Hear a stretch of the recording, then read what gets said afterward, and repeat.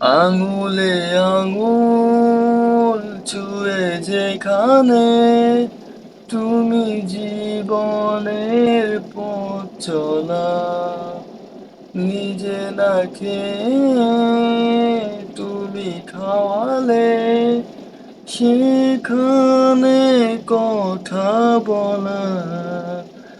বাবা তুমি আমার যত খুশির কারণ,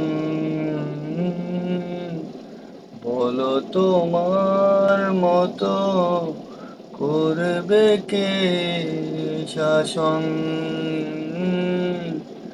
বাবা তুমি আমার যত খুশির কারণ,